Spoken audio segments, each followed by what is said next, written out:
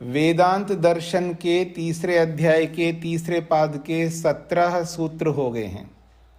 18वां सूत्र प्रारंभ होने जा रहा है।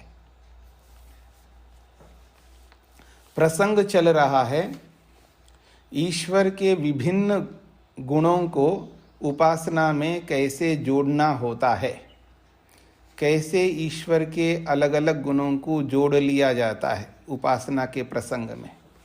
चाहे किसी भी शास्त्र के अनुसार हम उपासना करें, ऋग्वेद के मंत्रों को लेकर के उपासना करें तो बाकी वेदों के मंत्रों को भी जोड़ सकते हैं,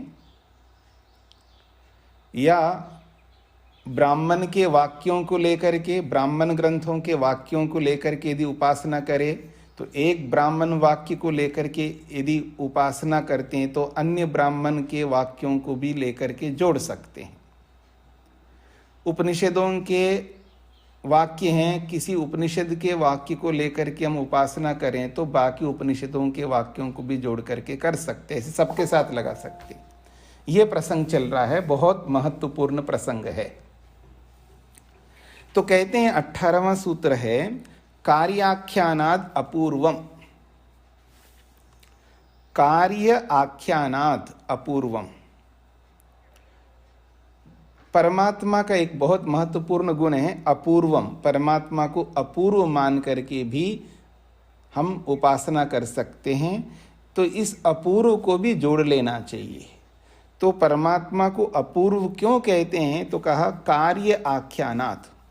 कार्य पदार्थ को ध्यान में रख करके, जो कार्य पदार्थ होते हैं उनको ध्यान में रख करके परमात्मा को ये विशेषण दिया है अपूर्वम। क्योंकि कार्य जो होते हैं वो अपूर्व नहीं होते, वो पूर्व होते हैं, अर्थात कारण वाले होते हैं। पर परमात्मा कारण वाला नहीं है, अपूर्व है, उसका कोई कारण नहीं है। यानी परमात्मा से पहले कोई हो फिर उसके बाद परमात्मा आया हो, ऐसा नहीं है। और बाकी सब पूर्व वाले होते हैं, अर्थात जितना भी संसार दिखाई दे रहा है, संसार के समस्त पदार्थ जो है ये सब पूर्व वाले, अर्थात इन कार्यों से पहले कारण होता है, उसके बाद कार्य आता है। तो ये सब संसार पूर्व वाला है। और हम सब आत्माओं को भी हम पूर्व वाला कह सकते हैं मोटे तौर पर, क्योंकि शरीर में जब हम नहीं थे तो शरीर तो था ही नहीं, ये तो शरीर वाले हो गए हम लोग भी कारण के साथ जुड़ करके शरीर वाले बन गए। इसलिए हमको भी अपूर्व नहीं कहा जा सकता, लेकिन परमात्मा को अपूर्व कहते हैं। यानी परमात्मा से पहले और स्वरूप था परमात्मा का, अब और स्वरूप हो गया, ऐसा नहीं है। हम भी शरीर वाले हो गए ना, शरीर में रह करके शरीर वाले बन गए हम। पर परमात्मा ऐसा नहीं है। परमात्मा पहले से भी सचेत था और आज भी सचेत है और भविष्य में भी सचेत रहेगा। वो हमेशा एक रस अखंड रहता है। और हम आत्माएं जो है यद्यपि स्वभाव से तो अखंड हैं, पर शरीर के साथ कभी जुड़ते हैं कभी नहीं जुड़ते हैं। इसलिए हम एक अखंड एक रस नहीं रह पाते। कभी अविद्या के साथ जुड़ते हैं, कभी विद्या के साथ जुड़ते हैं। अविद्या के साथ जुड़ करके हम लोग अपने आप को पता नहीं क्या मानने लगते हैं, अपने आप को शरीर मानने लगते हैं, अपने आप को दुखी, लाचार, पता नहीं, हताश, निराश, पता नहीं कुछ भी मान सकते हैं हम अपने आप को। पर परमात्मा ऐसा नहीं, इसलिए उसको अपूर्वम कहा है। तो आइए, क्वचित अध्यात्म ग्रंथे ब्रह्मात्मानम अपूर्वम पठति श्रुति। किसी अध्यात्म उपनिषद शास्त्र में परमात्मा को अपूर्व के रूप में पाठ करता है, या पाठ करती है श्रुति, ग्रंथ है तो करता है, श्रुति करती है। तदेतद ब्रह्म अपूर्वम अनपरम अनंतरम अबाह्यम आत्मा अयमात्मा ब्रह्म सर्वानुभू, ये बृहदारण्यक उपनिषद का वचन है। तो बृहदारण्यक उपनिषद क्या पढ़ रही है, क्या कथन कर रही है, उसको अपूर्व के रूप में कथन कर रही है। तदेतद, वह ये जो ब्रह्म है, ब्रह्म का जो स्वरूप है वो कैसा है, अपूर्वम, अपूर्व है, यानी ये पूर्व वाला नहीं है, अर्थात ये कारण वाला नहीं है। कारण वाले को ही पूर्व वाला कहते हैं, यानी कार्य से पहले कारण है तो वो कारण वाले को पूर्व वाला कहते हैं। पर परमात्मा ऐसा नहीं, वो अपूर्व है। फिर कहा अनपरम, जब अपूर्व है तो अनपरम, पर वाला भी नहीं है, अनपरम, अर्थात इसके बाद में अपरम, अनपरम का मतलब है इससे भगवान से आगे भी कोई होता हो, ऐसा नहीं है। परमात्मा के बाद में कोई और हो, यानी ये कार्य पदार्थ है, इसके बाद में कारण पदार्थ निकल के आए, ऐसा नहीं है। तो अनपरम यानी पर से रहित है परमात्मा, यानी उससे परे और कोई नहीं है, उसके परे, उसके आगे और कोई पदार्थ हो, ऐसा नहीं है, इसलिए अनपरम, वो पर से रहित है। तो अनपरम भी कहा है। फिर कहा अनंतरम, अनंतरम का मतलब है परमात्मा किसी के अंदर रहता हो, अनंतरम का मतलब है अंदर रहने वाला, अंतरम का मतलब है अंदर रहने वाला, और अनंतरम का मतलब है अंदर रहने वाला नहीं है। परमात्मा अनंतर है, यानी अंदर रहने वाला नहीं है। तो अंदर रहने वाला कौन होता है जी, जो एक देशी होता है, जिसको हम व्याप्य कहते हैं। तो अनंतरम का मतलब है व्याप्य, परमात्मा व्याप्य नहीं है, एक देशी नहीं है, यानी किसी के अंदर रहता हो, ऐसा नहीं है। हाँ, हम व्याप्य हैं, हम परमात्मा में रहते हैं, परमात्मा के अंदर रहते हैं, पूरा का पूरा संसार परमात्मा में रहता है। इसका मतलब है हम व्याप्य है और परमात्मा व्यापक है। और परमात्मा भी अगर व्याप्य होता तो वो किसी के अंदर रहेगा, और जिसके अंदर रहेगा वो परमात्मा से बड़ा होगा। इसलिए कहते हैं अनंतरम, वो अंदर रहने वाला नहीं है, अर्थात वो व्याप्य नहीं है।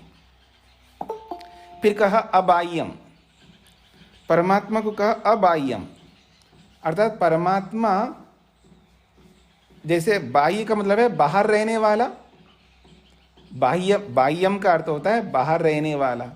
तो परमात्मा के बाहर भी कोई वस्तु हो, ऐसा तो है ही नहीं है। तो अबाह्यम अर्थात वो व्यापक है, उससे बाहर और कोई नहीं है, परमात्मा के बाहर और कोई नहीं है, इसलिए उसको अबाह्यम कहते हैं, अर्थात उसको व्यापक कहेंगे। तो अनंतरम से व्याप्य नहीं है, और अबाह्यम से उसके बाहर कोई और नहीं है, वही व्यापक है, वही सर्वत्र है, इसलिए वो अबाह्य है।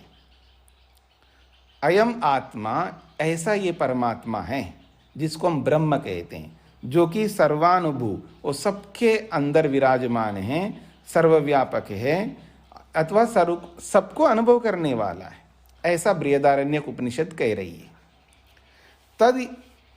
तद यद अत्र ब्रह्म अपूर्वम उच्यते, इस परमात्मा को ये जो शास्त्र है अपूर्व कहता है।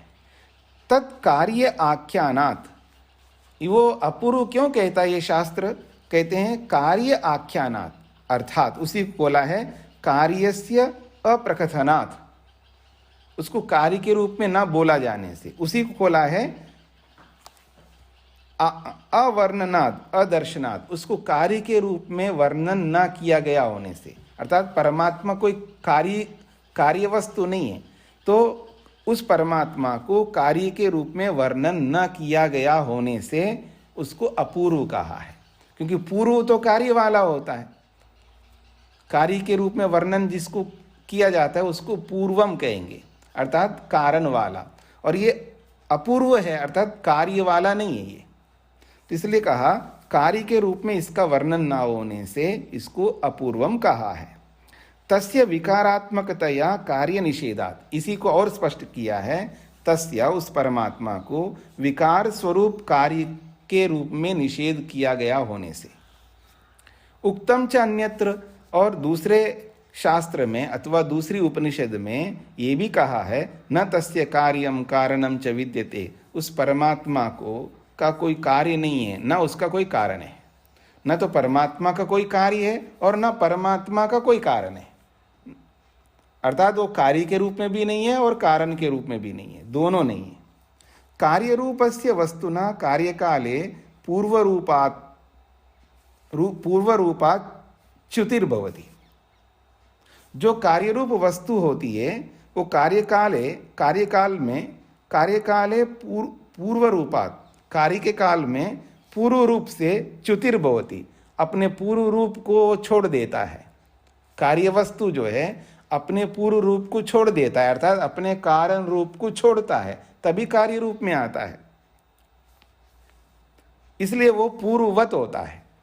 वो जो कार्य जो होता है वो पूर्ववत होता है।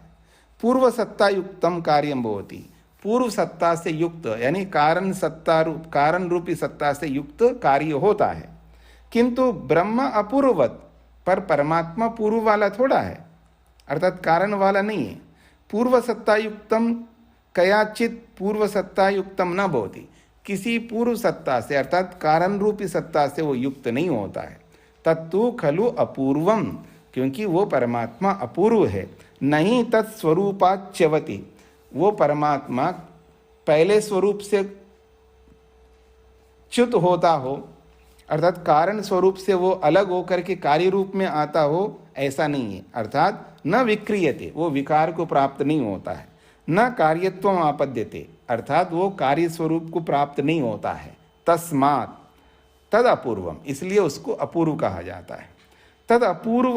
तद यद अपूर्वम विशेषणम, तो इसलिए वो ये जो परमात्मा का अपूर्व जो विशेषण है, तद अन्यत्र उपसंहर्तव्यम, इस अपूर्व विशेषण को लेकर के, इस अपूर्व गुण को लेकर के अन्यत्र किसी दूसरी उपनिषद में जब हम किसी वाक्य के लेकर के उपासना कर रहे हैं, तो इस बृहदारण्यक उपनिषद के इस अपूर्व गुण को लेकर के भी दूसरी उपनिषद के वचनों के साथ जोड़ करके उपासना करना चाहिए या कर सकते हैं। सूत्रार्थ, परमात्मा को विकार रूप कार्यत्व का निषेध करने के लिए, परमात्मा को विकार रूप कार्यत्व का निषेध करने के लिए, परमात्मा को विकार रूप कार्यत्व का निषेध करने के लिए अपूर्व कहा गया है। परमात्मा को विकार रूप कार्यत्व का निषेध करने के लिए अपूर्व कहा गया है। परमात्मा को विकार रूप कार्यत्व का निषेध करने के लिए अपूर्व कहा गया है। इसलिए उस अपूर्व गुण को उपासना में जोड़ सकते हैं। इसलिए उस अपूर्व गुण को उपासना में जोड़ सकते हैं।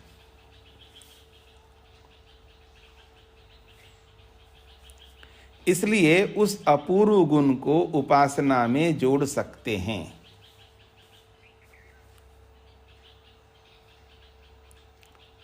ये बात आपको समझ में आनी चाहिए कि जैसे हम आर्य समाज के दूसरा नियम पढ़ते हैं ना, उसमें अजर, अमर, अभय ऐसे शब्द आते हैं। ईश्वर को अजरा, जरा से रहित, यानी परमात्मा में जरा अवस्था नहीं है, ठीक है ना। अमर, ये मृत्यु से रहित है, मरण धर्मा नहीं है, ठीक है ना। एक होता है वस्तु के यथार्थ स्वरूप, एक होता है दूसरे वस्तु के स्वरूप का निषेध। जैसे जरावस्था जो है जड़ वस्तु में होती है, जरावस्था, तो जड़ वस्तु के जरापन का निषेध परमात्मा में, ठीक है। तो जो भय है वो अल्पज्य आत्मा के अंदर रहने वाला जो भय है उसका निषेध है परमात्मा में। क्योंकि भय कौन खाता है जी? जड़ वस्तु तो भय खा नहीं सकते। पर्वत को क्या भय लगेगा? तो जड़ वस्तु है। भय तो एक अनुभूति है ना, ज्ञान है ना, भय अर्थात अज्ञान है। और अज्ञान की अनुभूति जो है जड़ वस्तु नहीं कर सकती है। तो भय किसको होता है? आत्मा को होता है, जीवात्मा को होता है। बाकी जड़ वस्तुओं को क्या भय होना है? वो तो जड़ वस्तु है, उनको तो अनुभूति नहीं होती है। तो ये जो भय रूपी जो गुण है जीवात्मा में, उसकी अल्पज्यता के कारण से जीवात्मा का ये स्वभाव है, भय उत्पन्न होता है उसको, क्योंकि वो अल्पज्य, कम जानकार व्यक्ति को डर लगता है। याद रखना।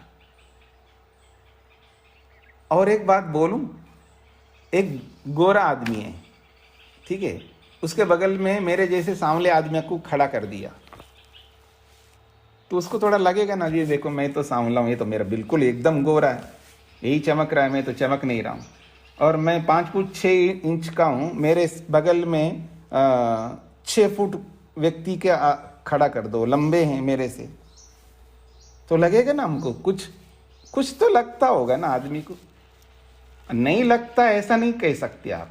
ये अलग बात है कि जिसने समाधि लगाई है, जिसको ईश्वर का दर्शन हो गया, उसको तो कुछ नहीं लग सकता, क्योंकि उसके पास अविद्या लेश मात्र भी नहीं है।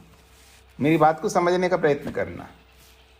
ये केवल कहने वाली बात नहीं है, यथार्थता को हमें एक्सेप्ट करना चाहिए। जैसे व्यवहार में, मोटी भाषा में, हाँ जी आपको बुरा तो नहीं लग रहा है सतीश जी, आपको बुरा तो नहीं लग? नहीं जी, बिल्कुल नहीं, बिल्कुल बुरा नहीं लग। क्यों बुरा लगेगा जी? आपने तो हमारे दोषों को बताया है, हमारे दोषों को दूर करना चाहते हैं आप, इसलिए आपने बहुत हमारे ऊपर उपकार किया है, आपने बोल करके सही किया। ये आप बोलोगे, ये आपकी वाणी है, मन नहीं है आपका। ये मेरी बात को समझने का प्रयत्न करना। मन अलग है, मन का कर्म अलग होता है, वाणी का कर्म अलग होता है। समझ रहे ना आप मेरी बात को? तो व्यक्ति यही कहता है, जब सास बोले ना बहू को कुछ भी बोले, तो फिर बाद में बोलती सास, बेटा कुछ गलत मत समझ। नहीं सासू माँ, मैं कहाँ गलत समझती हूँ, तो आप सही बोल रहे हो। और मन में कुछ और कर्म चल रहा होता है, ठीक है ना? तो चाहे सासू का हो या बहू का हो, या गुरु का हो चाहे विद्यार्थी का हो, चाहे पति का हो चाहे पत्नी का हो, चाहे भाई का हो चाहे बहन का हो, किसी के साथ में भी जब हम वाणी का जो कर्म कर रहे हैं वो अलग प्रकार का होता है, और जो मन का कर्म होता है वो अलग प्रकार का होता है। मन के कर्म को, वाणी के कर्म को और शरीर के कर्म को जोड़ नहीं पाते, हम एक नहीं कर पाते, यही हमारे से भूल होती है। पर ऋषियों में ऐसा नहीं होता है, समाधिस्थ व्यक्ति में ऐसा नहीं होता है। तो जिसने समाधि लगाई है उसको बिल्कुल बुरा नहीं लगेगा, बाकी जिसने समाधि नहीं लगाई उसको बुरा लगता है। ये अलग बात है। किसी को 99% बुरा लग सकता है, किसी को 80% लग सकता है, किसी को 70% लग सकता है, किसी को 10% लग सकता है, किसी को 1% लग सकता है, ठीक है ना? फिर उसको भी कम कर सकते हो, लेकिन लगेगा जरूर, क्योंकि अविद्या है। तो ये जो भय है ये जीवात्मा को होता है, क्योंकि वो अल्पज्य है। तो कम जानकार व्यक्ति को भय लगता है। जिस गुण में न्यूनता दिखे, चाहे वो रूप गुण में हो, चाहे लंबाई के रूप में हो, चाहे धन के रूप में हो, चाहे वो जमीन के रूप में हो, चाहे किसी भी रूप में हो, बिरादरी के रूप में भी, मेरी बिरादरी में तो बहुत सारे लोग हैं, इसके पास तो कोई है ही नहीं है, 2 4 5 लोग हैं, ठीक है ना? चाहे किसी भी विषय को ध्यान में रख करके आदमी को कुछ तो लगता है, और वो जो बुरा का मतलब है दुख लगता है, उसको दुख होता है, कष्ट होता है, पीड़ा होती है। देखो ये मेरे से ज़्यादा गोरा है, मेरे से ज़्यादा लंबा है, मेरे से ज़्यादा पैसे वाला है, मेरे से अच्छी गाड़ी है, मेरे से अच्छे कपड़े हैं, जो भी है। तो ये जो विषय है ये बहुत व्यापक है, अविद्या का बहुत व्यापक है। अविद्या हमारे में ऐसी घुसी हुई है, जैसे कहते हैं ना, रग रग में घुसी हुई है, पग पग पर अविद्या काम कर रही होती है हमारे जीवन में, अलग अलग प्रकार से। तो इस सारी अविद्या के कारण से ये जो भय भी हमको ऐसे ही होता है, इसी अल्पज्यता के कारण से हमें भय लगता है, पर परमात्मा को कोई भय नहीं लगता, इसलिए वो अभय है। तो जीवात्मा में जो भय है उस भय का निषेध है परमात्मा में, इसलिए उसको अभय कहा है। तो जैसे परमात्मा को लेकर के जब हम स्तुति करते हैं, उपासना करते हैं, विशेषकर ध्यान करते हैं, इसको सगुणोपासना और निर्गुणोपासना कहते हैं। सगुणोपासना का अर्थ है जो गुण परमात्मा में है उनको यथावत उसी स्वरूप में हम अनुभव करते हैं, इसको सगुणोपासना कहते हैं। निर्गुणोपासना का, सगुणोपासना का मतलब साकार नहीं है, याद रखना। सगुणोपासना का मतलब है जो गुण जैसे है परमात्मा में, जैसे परमात्मा सर्वव्यापक है तो जैसा है वैसा ही मान करके हम उसकी उपासना कर रहे हैं। परमात्मा दयालु है, परमात्मा में दया है, इसलिए दयालु मान करके उपासना कर रहे हैं। तो जो गुण परमात्मा में है उन गुणों को वैसा ही अनुभव करते हुए उसकी उपासना या उसका ध्यान करते हैं, इसको सगुणोपासना कहते हैं। और निर्गुणोपासना का मतलब है जो गुण परमात्मा में नहीं है मान करके उसकी उपासना करते हैं। जैसे उसमें परमात्मा में आकार नहीं है तो इसलिए उसको निराकार मानते। निराकार का मतलब है परमात्मा आकार से रहित है मान करके उपासना करते हैं। परमात्मा अभय है यानी भय से रहित है ये मान करके उपासना करते हैं, अर्थात भय गुण परमात्मा में नहीं है ये मान करके उपासना करेंगे। आकार परमात्मा में नहीं है ये मान करके उपासना करेंगे। मृत्यु परमात्मा के साथ जुड़ती नहीं है इसलिए वो अमर है मान करके उपासना करेंगे। तो इसलिए गुण जो अन्य वस्तुओं के गुण परमात्मा में नहीं है यही निर्गुणता है। दूसरों के गुणों को परमात्मा में नहीं है। हे प्रभु आप मरते नहीं हो, मरता तो मैं हूं, मतलब शरीर के साथ जुड़ने के कारण से। मरते तो दूसरे हैं लेकिन आप नहीं मरते हो, आप अमर हो। अर्थात वो जो गुण हैं दूसरे पदार्थों के वो गुण आपके अंदर नहीं है इसलिए आप अमर हो, इसलिए आप अभय हो, इसलिए आप अजर हो। जरावस्था आप में नहीं है। तो ये है निर्गुणोपासना। तो निर्गुणोपासना के अंतर्गत भी ये अपूर्वम एक है। ये भी अपूर्वम गुण भी निर्गुणोपासना के अंतर्गत आता है। तो सगुणोपासना के गुण अलग प्रकार के हैं परमात्मा के, निर्गुणोपासना के अलग प्रकार के हैं। ये आपको समझ में आ गया होगा, नहीं आए तो समझ लेना अच्छी तरह, क्योंकि उपासना के लिए बहुत आवश्यक है ये सब बातें। जब हम उपासना करेंगे तो परमात्मा के किस गुण को लेकर के उपासना कर रहे हैं और वो गुण सगुणोपासना वाला गुण है या निर्गुणोपासना वाला है, ये समझ करके हमको करना पड़ता है। तो ये सारी उपासना की प्रक्रिया बहुत महत्वपूर्ण प्रक्रिया चल रही है परमात्मा की, तो इसको समझने का प्रयत्न करना है। तो यही बात यहाँ पर 18वें सूत्र में कही है। परमात्मा को विकार रूप कार्यत्व का निषेध करने के लिए, यानी विकार रूप कार्य परमात्मा नहीं है, परमात्मा में विकारपन नहीं होता है, उसके निषेध के लिए ही परमात्मा का एक विशेषण दिया है, उसका एक गुण दिया है अपूर्व गुण। तो इस अपूर्व गुण को लेकर के भी हम उपासना कर सकते हैं। अब अगला सूत्र देखिएगा, समान एवं च अभेदात्। समानः एवं च अभेदात् कहते हैं ये जो वचन आया था तदेतत् ब्रह्म अपूर्वम अनपरम अनंतरम अबाह्यम, एक तो अपूर्वम को लेकर के बात कही है, तो बाकी जो गुण है ना अनपरम अनंतरम अबाह्यम, ये गुण भी वैसे ही है जैसे अपूर्व के।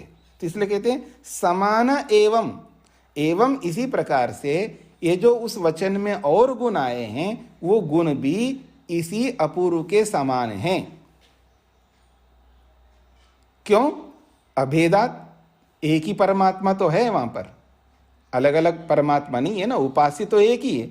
अभेदात का मतलब उपास्य का भेद ना होने से, परमात्मा का भेद ना होने से, अर्थात एक ही परमात्मा है वहां पर भी, वही परमात्मा है।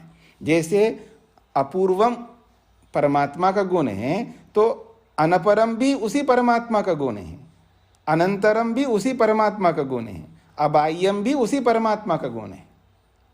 ये सब निर्गुणोपासना के गुण है। तो कहते हैं समान एवं, तो जो उस वचन में जो गुण आए हैं वो गुण इसी अपूर्व के समान हैं। क्यों? अभेदात, परमात्मा का भेद ना होने से। परमात्मा एक ही है सभी में। आइए भाष्य को देखते हैं। हाँ जी, आप सबको समझ में आ रहा है ना? समझ में ना आए तो आप हाथ खड़ा कर सकते हैं, वहाँ पर चिन्ह होता है आपके स्क्रीन के सामने, देखेंगे हाथ का, उसको आप दबाएंगे तो हाथ खड़ा हो जाएगा, मेरे को पता लगेगा कि आपको प्रश्न है। तो यहाँ कहीं पर भी कोई बात समझ में ना आए तो आप पूछ सकते हैं हाथ खड़ा करके। तो कहते हैं समान एवच अभेदात एवं तत्र पूर्व कथन साहचर्येन उच्यमानानाम अपि खलु अनपराधीनाम। कहते हैं उस पूर्व कथन के साहचर्य से, जो पूर्व वचन आया था 18वें सूत्र में बृहदारण्य का, उसके साथ साथ उसी अपूर्व वचन के साथ साथ उच्यमानानाम, बाकी कहे जाने वाले जो अनपराधी जो शब्द है, वो सारे के सारे शब्द, वो सारे के सारे गुण समान उपसंहार विज्ञेय, उनको समान रूप से उपसंहार कर लेना चाहिए, उपासना में उनको भी ग्रहण कर लेना चाहिए। वो कौन से गुण? अनपरम, अनंतरम, अबाह्यम, अयमात्मा ब्रह्म, सर्वानुभू, इस प्रकार के गुण। तदित्थम विवेच्यम, उन गुणों की इस प्रकार से विवेचना करना चाहिए। ब्रह्मात्मा अनपर, ब्रह्मात्मा परमात्मा जो है वो अनपर है। अनपर को अनपर क्यों कहते हैं? कहते हैं न तस्मात् परम अन्यद रूपम अवतिष्ठते, उस परमात्मा से परे और कोई वस्तु है ही नहीं है। जो मैंने बोला था ना पहले, कहते हैं वो अनपर है। अनपरम का मतलब है कि तस्मात् परम अन्यद रूपम न अवतिष्ठते, उस परमात्मा से परे और कोई स्वरूप नहीं है। परमात्मा के अलावा भी, परमात्मा से आगे और कोई वस्तु हो, ऐसा कोई नहीं है, इसलिए उसको अनपरम कहते हैं। कार्यस्य अप्रकथनादेव, हेतु वही है, कार्य आख्यानात्, क्योंकि अनपरम का मतलब है परम, अनपरम का विरोधी शब्द है परम, तो परम जो भी होता है वो कार्य होता है। तो कहते हैं कार्यस्य अप्रकथनादेव, कार्य के रूप में ही वहाँ हेतु है, यानी परमात्मा कार्य स्वरूप ना होने से, यही हेतु है, क्योंकि परम शब्द जो है कार्य के लिए आता है। इसलिए कहते हैं कार्यम ही विनश्यति, कार्य तो विनाश को प्राप्त होता है, किंतु ब्रह्मात्मा तो तथैव अवतिष्ठते, परमात्मा तो वैसा का वैसा बना रहता है। तस्मात् अनपरः, इसलिए वो अनपर है, अर्थात परम नहीं है। फिर अगला शब्द आया अनंतर,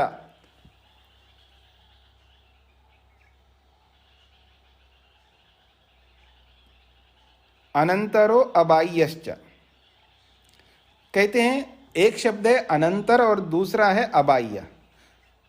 ब्रह्मात्मा परमात्मा न तस्य अंतरे मध्ये अवयव भागो अस्ति, परमात्मा अनंतर है, अर्थात वो अंदर रहने वाला नहीं है। अंदर रहने वाला कौन होता है उसको समझा रहे हैं। तस्य अंतरे, अर्थात किसी के मध्य में अगर परमात्मा रहे तो अवयव भागो अस्ति, वो अवयव वाला बन जाएगा। तो क्योंकि किसी के अंदर रहने वाला होगा, इसका मतलब है अवयव वाला होगा, अवयव वाला उसके अंदर रहेगा। न च बाह्य अबाह्य, न च बाह्य, वो बाह्य स्वरूप भी नहीं है, क्योंकि अवयव भागा पृष्ठम अस्ति कार्यस्य अप्रकथनादेव। तो बाह्य भी उसी को कहते हैं, जैसे बाहर की तरफ है, ऊपर की तरफ है, नीचे की तरफ है। ये जो बाहर के स्वरूप होता है ना, बाहर किसको कहेंगे जी? बाहर का मतलब हो गया अंदर से बाहर, यानी बाहर की तरफ, इस तरफ कहो, उस तरफ कहो, तो पीठ की तरफ कहो, या सामने की तरफ कहो, या दाएं तरफ कहो, या बाएं तरफ कहो। ये जो विभाग है ना, ऐसे विभाग जो है ये बाह्य शब्द के साथ जुड़ते हैं। तो ऐसे विभाग तो हो नहीं सकते परमात्मा में, इसलिए कहा है यहाँ पर कि अवयव भागा, ये जो बाह्य शब्द जो है ये अवयव से युक्त होता है। पृष्ठम अस्ति, पिछला भाग है, ये जो पिछला भाग का है या ऊपर वाला भाग है या दाएं वाला भाग है या उत्तर वाला भाग है, ये सब कार्य के होते हैं। इसलिए कार्य से अप्रकथनादेव, परमात्मा को कार्य न कहा गया होने से, कार्य से ही वस्तुनो आभ्यंतर भागो बाह्यश्च भागो भवति। कार्य वस्तु का ही अंदर का भाग बाहर का भाग ये होते हैं, और जो कार्य वस्तु नहीं होते हैं उसमें अंदर का बाहर का प्रयोग नहीं होता है। आपके मन में आ रहा होगा जीवात्मा के अंदर भगवान हैं, तो यहां पर जीवात्मा के अंदर तो प्रयोग हो रहा है, और यहां बोला जा रहा है कि अंदर बाहर का प्रयोग जो है कार्य वस्तु में होता है। इसलिए आपके मन में संदेह उत्पन्न हो रहा होगा। इसका समाधान मैं बाद में करता हूं, पहले इस वाक्य को समझ लेते हैं पूरा। सतु सर्वानुभू, वो परमात्मा कैसा है? सर्वानुभू अर्थात सर्वव्यापी है। सर्वगता, वो सब जगह पर गया हुआ है। अनंतश्च, और वो अनंत है। ते एते धर्मा, वो ये जो धर्म है, ते एते धर्मा अपि अन्यत्र उपसंगर्तव्या, ये जो अभी तक बताए धर्म हैं, अपूर्वम, अनपरम, अनंतरम, अबाह्यम, ब्रह्मा, सर्वानुभू, ये जो धर्म है परमात्मा के, ये किसी उपासना के साथ में इनको, किसी उपासना का मतलब है ब्रह्म की उपासना में इन सब गुणों को जोड़ सकते हैं, उपसंहार कर सकते हैं। क्यों? अभेदात ब्रह्मात्मना ईश्वर से एकत्वाद, क्योंकि सब जगह ईश्वर एक ही होगा। दूसरी उपनिषद के गुणों के साथ इन गुणों को जोड़ने से परमात्मा बदलेगा नहीं, परमात्मा तो एक ही रहेगा। इसलिए कहते हैं ईश्वर से एकत्वात् तद वर्णन सामान्यात्, उस ईश्वर के वर्णन का सामान्य होने से, यानी एक ही वर्णनीय परमात्मा है, यानी बताने योग्य परमात्मा एक ही है, अनेक नहीं है। इसलिए कितने ही गुणों को, परमात्मा के गुणों को वहां पर आप जोड़ सकते हो, इसका ही अभिप्राय है। सूत्रार्थ लिख लीजिएगा, फिर मैं बताता हूं आपको। उस अपूर्व गुण के साथ, उस अपूर्व गुण के साथ, उस अपूर्व गुण के साथ, उस अपूर्व गुण के साथ पढ़े हुए अन्य गुण, पढ़े हुए अन्य गुण, उस अपूर्व गुण के साथ पढ़े हुए अन्य गुण, अन्य गुण अनपर आदि को, अनपर आदि को भी,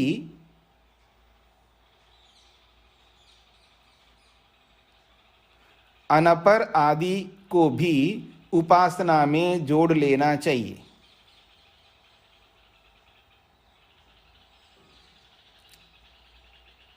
उपासना में जोड़ लेना चाहिए,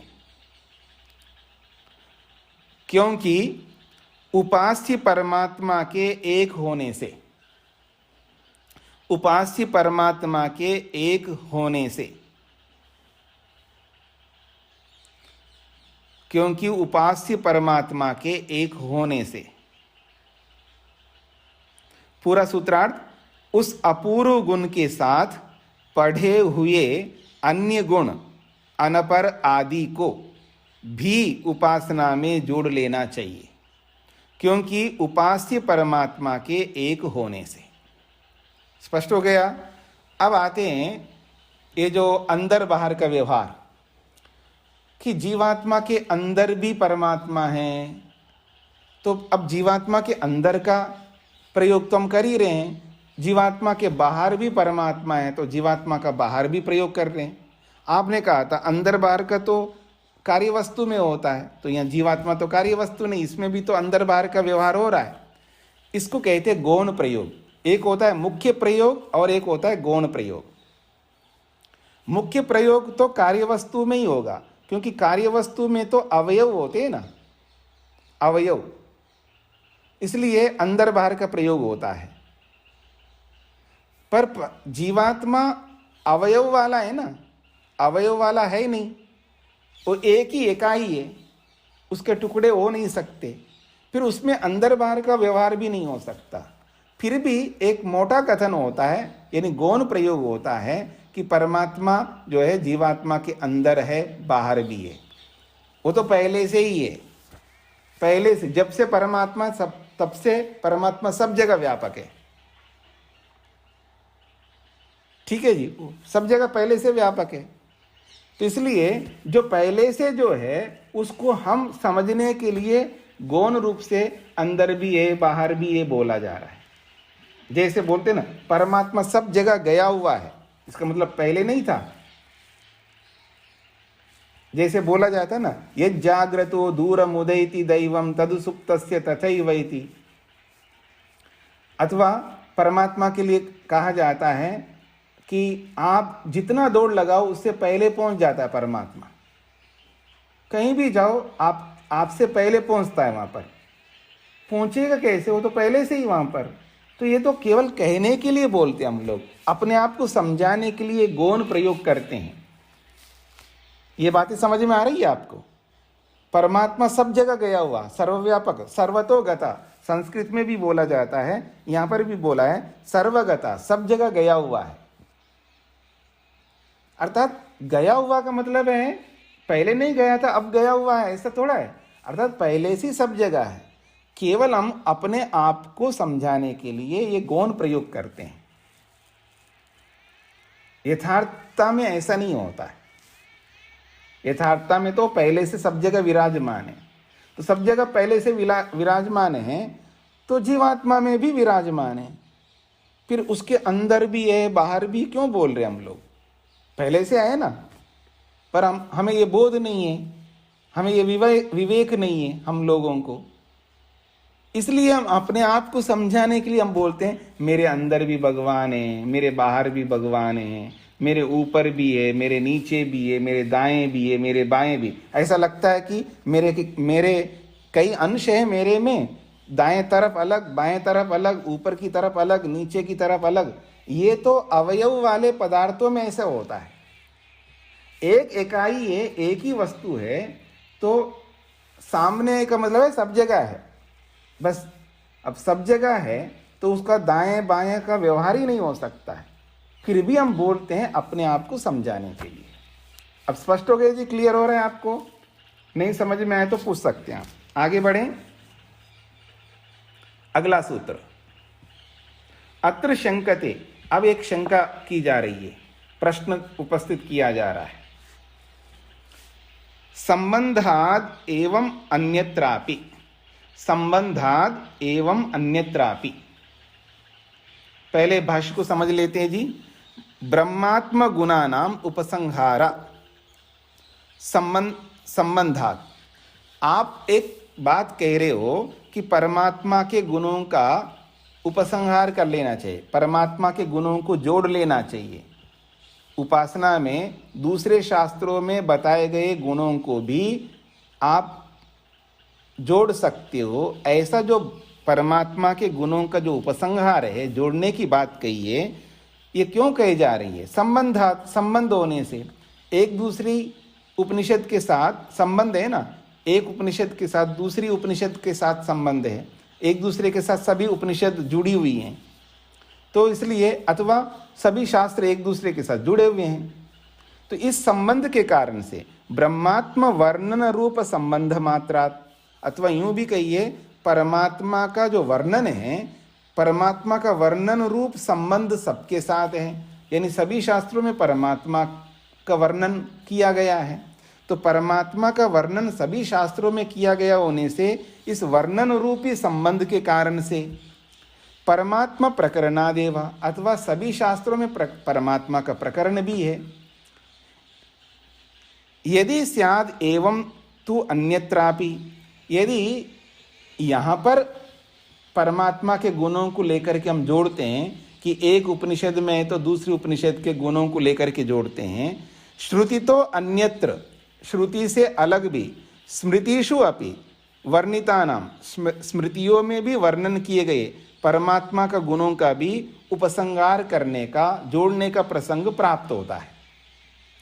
श्रुतौ स्मृतौ खलु उभयत्र परमात्मा गुण वर्णनम विद्यते। चाहे वो श्रुति का गुण हो या स्मृति का गुण हो, दोनों में ही परमात्मा के गुणों का वर्णन किया गया है। इसलिए जैसे श्रुतियों के गुणों को हम एक दूसरे में जोड़ लेते हैं, ऐसे स्मृतियों में बताए हुए गुणों को भी जोड़ लेना चाहिए, ऐसा प्रसंग आता है। ये आशंका करता है प्रश्नकर्ता। सूत्रार्थ लिखिएगा। परमात्मा के गुणों का संबंध, परमात्मा के गुणों का संबंध परमात्मा के गुणों का संबंध यदि उपासना के साथ है, परमात्मा के गुणों का संबंध यदि उपासना के साथ है, परमात्मा के गुणों का संबंध यदि उपासना के साथ है, तो श्रुति से भिन्न, तो श्रुति से भिन्न ग्रंथों के द्वारा, तो श्रुति से भिन्न ग्रंथों के द्वारा, तो श्रुति से भिन्न ग्रंथों के द्वारा वर्णित गुणों को भी, श्रुति से भिन्न ग्रंथों के द्वारा वर्णित गुणों को भी उपासना में जोड़ना चाहिए।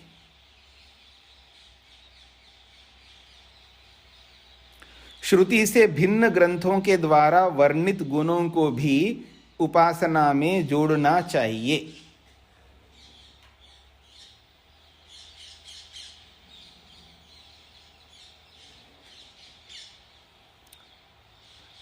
परमात्मा के गुणों का संबंध यदि उपासना के साथ है, तो श्रुति से भिन्न ग्रंथों के द्वारा वर्णित गुणों को भी उपासना में जोड़ना चाहिए।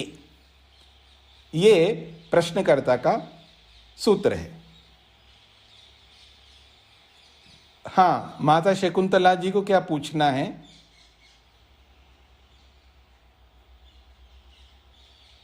अपना माइक खोलिए।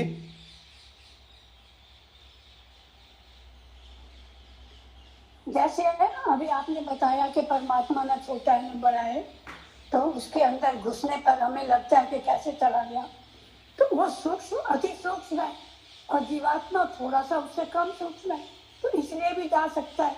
दूसरा, हमारे दाहिने बाएं ऊपर नीचे सब जगह है। जैसे वायु विशाल है, हर जगह है, तो परमात्मा भी हर जगह है, तो हमारे दाहिने बाएं हम समझ सकते हैं। क्या मैंने ठीक समझा या नहीं समझा, ये आप बताइए। जी नहीं, परमात्मा सूक्ष्म है, इसलिए सबके अंदर प्रवेश करता है, ये भी समझने वाला शब्द है, क्योंकि वो पहले से विराजमान है। ये तो हम अपने आप को समझा रहे, क्योंकि सूक्ष्मता और स्थूलता को बताने से ऐसा लगता है कि परमात्मा सूक्ष्म है और जीवात्मा परमात्मा की अपेक्षा से स्थूल है, तो उसमें प्रवेश कर सकता है, अर्थात उसमें छेद हो सकते हैं, कहीं तो घुस जाएगा, प्रवेश करेगा, ऐसा हमको प्रतीति होती है। ऐसा नहीं है, परमात्मा पहले से विराजमान है। सूक्ष्म होने से परमात्मा जीवात्मा में है, बस इतना कह सकते हैं, पर प्रवेश शब्द का प्रयोग नहीं कर सकते। प्रवेश शब्द का प्रयोग करने जी जी। और अनपर को सर्वश्रेष्ठ कह सकते हैं क्या? फिर बोलिए। अनपर जो शब्द आया इसमें, अनपर, अनपर, अनपरम का मतलब है सर्वश्रेष्ठ नहीं कह सकते। अनपरम का मतलब है उससे परे और कोई नहीं है, उससे ऊंचा और कोई नहीं है। हाँ जी, उससे मुख्य और कोई नहीं है। हाँ, मुख्य, उससे मुख्य और कोई नहीं कहो, उससे श्रेष्ठ और कोई नहीं कहो, उससे आगे और कोई वस्तु नहीं है, ये भी कह सकते हैं। तो सर्वश्रेष्ठ तो कह सकते हैं जी। नहीं, सर्वश्रेष्ठ तो कह सकते हैं, मैं ये कहना चाह रहा हूं उससे परे और कोई नहीं है, ये बोला जा रहा है अपने आप को समझने के लिए, क्योंकि परे शब्द जो है वो समझ तो आया कि वो उससे कोई वो नहीं है।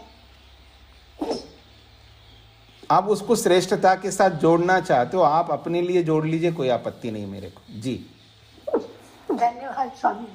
अपने लिए नहीं, मैं असलियत जानना चाहती थी। असलियत तो मैंने बता दिया आपको कि उससे परे कोई नहीं है। जी जी, धन्यवाद स्वामी जी। अभी तो बहुत सारे प्रश्न खड़े हो रहे हैं कि इन्हीं से संबंधित है, कुछ और ही पूछना चाह रहे हैं आप लोग। सुधा वर्मा जी, क्या प्रश्न है? आप बंद कर दीजिए माता जी, अपना म्यूट कर लो।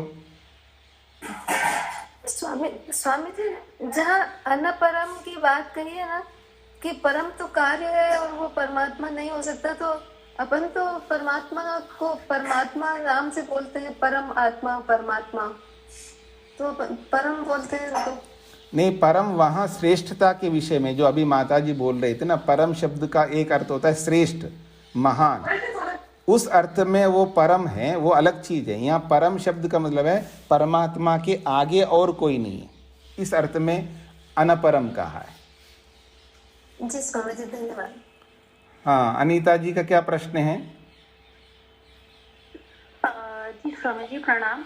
मैं ये पूछना चाह रही थी, सत्यार्थ प्रकाश में जो अनुप्रविष्ट शब्द आया है ना, महर्षि दयानंद जी ने हाँ किया है कि जीवात्मा में आत्मा अनुप्रविष्ट होकर रहता है, तो वहाँ इसको किस तरह से समझेंगे? इसी तरह समझेंगे, वो केवल समझाने के लिए है कि अनुप्रविष्ट का मतलब है वो पहले से विराजमान है, लेकिन हम समझने के लिए बोलते उसमें अंदर अनुप्रविष्ट का मतलब गया हुआ है, उसके अंदर प्रवेश किया हुआ है। तो प्रवेश किया हुआ क्या है? वो तो पहले से विराजमान है। प्रवेश वही करता है ना जो पहले से नहीं होता है। तो वो तो केवल हम सब अपने आप को समझाने के लिए, चाहे स्वामी दयानंद लिखे या साक्षात वेद कहे, उसका अर्थ ही ये होता है। उसको जब हम उसका ऑपरेशन करके उसको देखते हैं, उसकी यथार्थता को समझते हैं, तो यही अर्थ निकल के आता है कि परमात्मा पहले से ही व्याप्त हैं। केवल हम अपने समझाने के लिए वो सब जगह गया हुआ है, सब जगह प्रवेश किया हुआ है, हम अपने आप को समझाने के लिए बोलते हैं। ये समझाने वाली भाषा है, यथार्थ वाली भाषा नहीं है। भाषा दो प्रकार की होती है, एक तो समझाने के लिए होती है और एक यथार्थता के लिए होती है। जी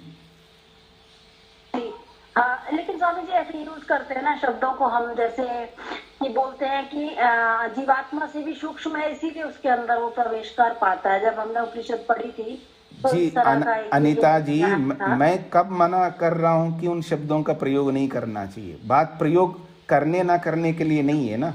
मैं तो नहीं कहा कि इन शब्दों का प्रयोग नहीं करना चाहिए। तो प्रश्न ये नहीं है कि इनका प्रयोग करना चाहिए नहीं करना चाहिए, प्रश्न दूसरा है, तो उसका उत्तर दे रहा हूँ मैं। और आप कह रहे हैं कि प्रयोग करने के लिए तो आता है। मैं तो कभी निषेध नहीं किया कि इनका प्रयोग नहीं करना चाहिए। प्रयोग कितना ही करो, हमें कोई आपत्ति नहीं है, लेकिन यथार्थता को समझना भी चाहिए, ये बात हो रही है। जी समझ। जी, जैसे उदाहरण मैं आपको देता हूं, आप में से जिन्होंने योग दर्शन पढ़ा उनको समझ में आएगा पूरा, कि जैसे विकल्प वृत्ति है। विकल्प वृत्ति क्या होती है? जो वस्तु जैसी होती है वैसा नहीं होता है वो, फिर भी उसका प्रयोग होता है। तो प्रयोग करने के लिए तो वहां पर भी है, एक वस्तु को दो मान करके वहां प्रयोग किया जाता है, पर दो वस्तुएं नहीं है, वहां एक ही वस्तु है। एक को दो बना करके व्यवहार के लिए, तो इसको कहते हैं व्यवहारिक। व्यवहार के लिए हम उनको दो अलग करके बोल रहे हैं, वास्तव में वो दो नहीं, एक ही है। ऐसे यहाँ पर भी गया हुआ है, पहुंच गया है, अनुप्रविष्ट हुआ है, उसमें प्रवेश किया हुआ, ये सब हमारे व्यवहार के लिए है। वास्तविकता में ऐसा होता नहीं है, ये इसका अर्थ है। जी, तो आगे बढ़े हम लोग। अब इसका समाधान किया जा रहा है जी, कि प्रश्नकर्ता ने जो प्रश्न किया है कि जिन गुणों का संबंध परमात्मा के साथ है, तो श्रुति में अगर आप उसको जोड़ सकते हो, तो श्रुति से भिन्न जो ग्रंथ हैं उनके गुणों को भी उपासना में जोड़ना चाहिए, ये प्रश्न उपस्थित किया है। उसका समाधान किया जा रहा है 21वें सूत्र में, नवा विशेषा। वो कहते हैं नहीं जोड़ना चाहिए, किसी के भी नहीं जोड़ सकते। इसको समझने का प्रयत्न करिए थोड़ा सा। नवा विशेषात, नहीं, ना निषेध को कहता है। क्यों विशेषात? ये विशेष गुणों को ही जोड़ा जाता है, आप कुछ भी ला करके जोड़ नहीं सकते। क्योंकि अन्य ग्रंथों में, मैंने इसलिए सूत्रार्थ में ग्रंथ शब्द लिखवाया है, क्योंकि ग्रंथ जो है ऋषियों के भी होते हैं और अनऋषि के भी होते हैं। जो ऋषि नहीं है उनके भी ग्रंथ होते हैं। ऐसे बहुत सारे शास्त्र हैं जो ऋषि के नहीं होते हैं, और ऋषि वाले शास्त्र में भी मिलावट वाले बहुत सारे शब्द हैं, जैसे साकार मानना, जैसे गीता में परमात्मा को साकार बताया जा रहा है, वो उसका विराट स्वरूप बताया गया है। ऐसे और भी बहुत सारे ग्रंथ हैं जिनमें परमात्मा को विकृत रूप दिया है, परमात्मा का जो स्वरूप नहीं होता है वो स्वरूप स्वीकार किया, वहाँ उसको साकार के रूप में खड़ा कर दिया, शिव के रूप में, ब्रह्म के रूप में।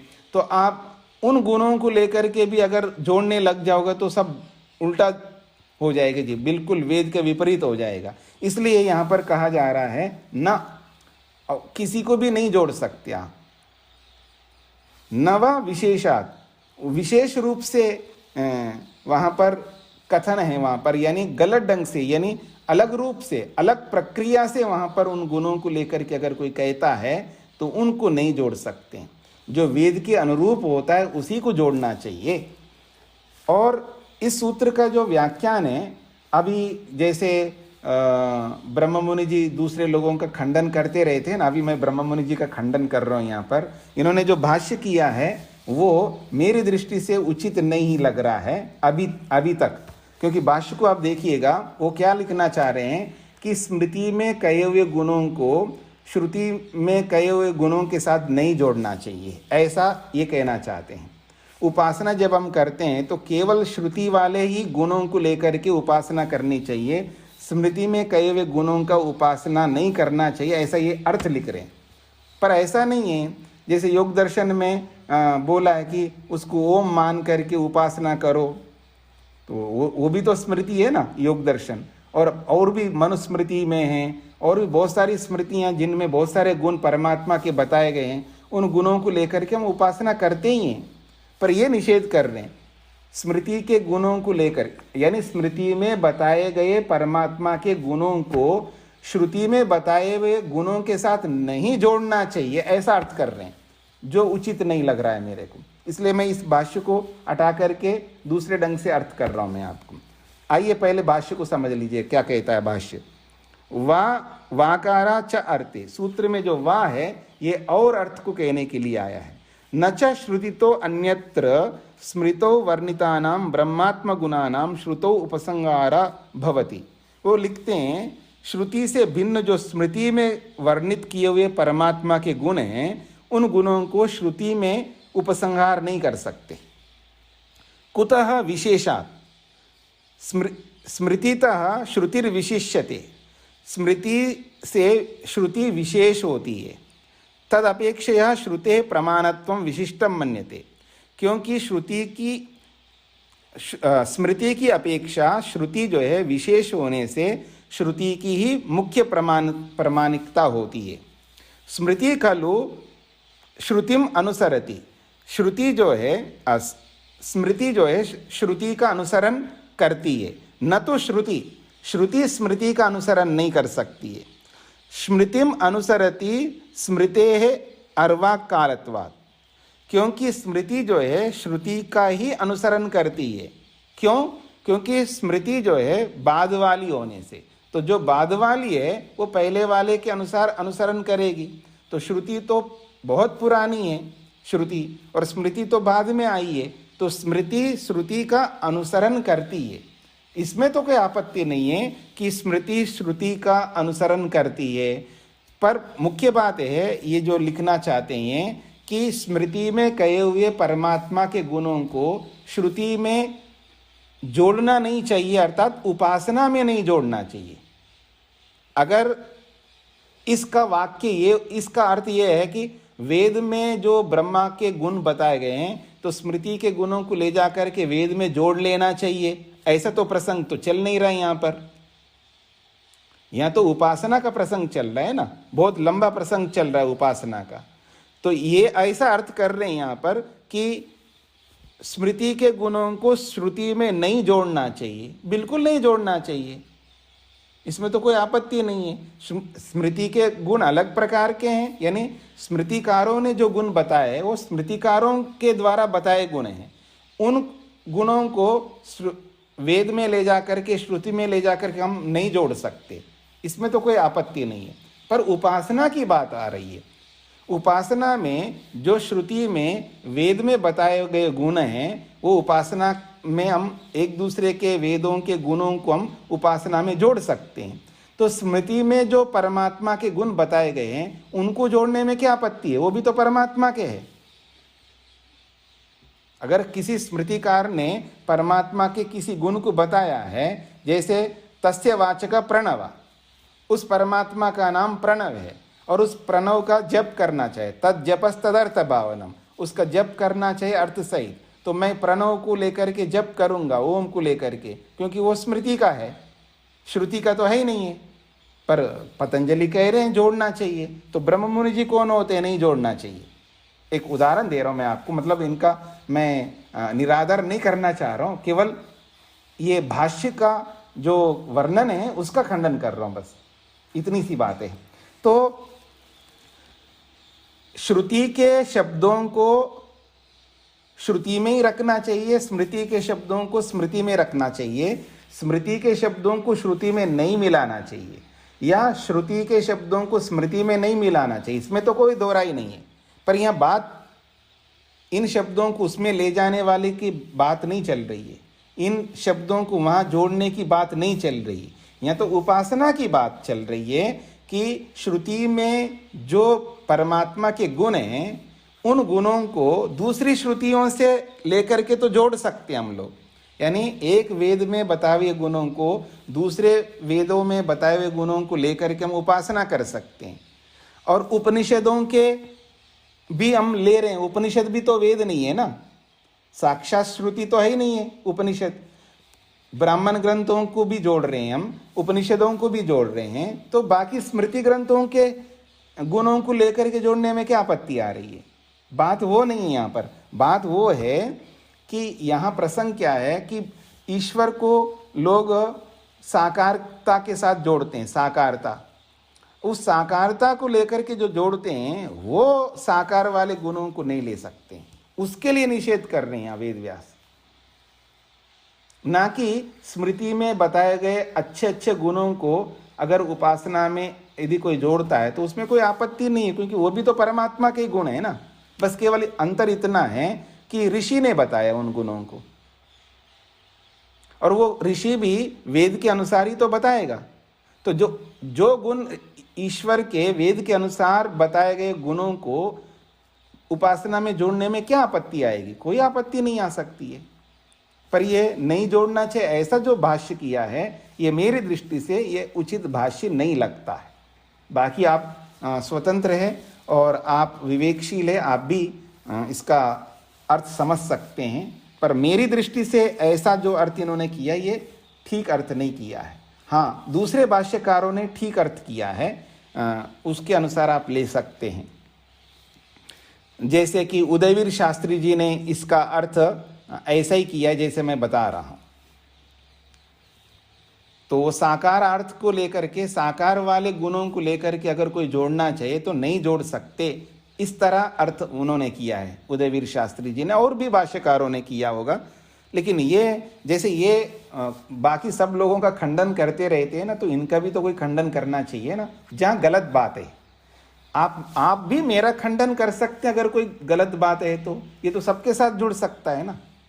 मनुष्य तो मनुष्य होते, आखिर दोष तो कर ही सकता है ना। तो ब्रह्म मुनि जी भी तो कोई ऋषि नहीं है, ये अलग बात है, हमसे लाख गुने बड़े व्यक्ति हैं, इसमें कोई दोहराई नहीं है। पर ऋषि बिल्कुल नहीं है, महान व्यक्ति है, इसमें कोई दोहराई नहीं है। ऋषि तो ऋषि होते हैं, ऋषि गलत नहीं करता है, बस ये बात है मुख्य बात। तो सूत्रार्थ लिखिएगा, ये लिख दिया है। अन्य ग्रंथों के गुण, सूत्रार्थ है अन्य ग्रंथों के गुण, अन्य ग्रंथों के गुण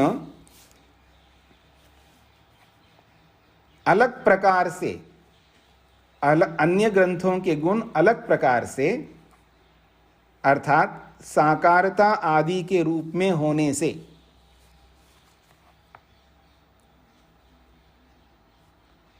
अन्य ग्रंथों के गुण अलग प्रकार से अर्थात साकारता आदि के रूप में होने से अन्य ग्रंथों के गुण अलग प्रकार से अर्थात साकारता आदि के रूप में होने से उपासना में नहीं जोड़ सकते हैं, उपासना में नहीं जोड़ सकते हैं।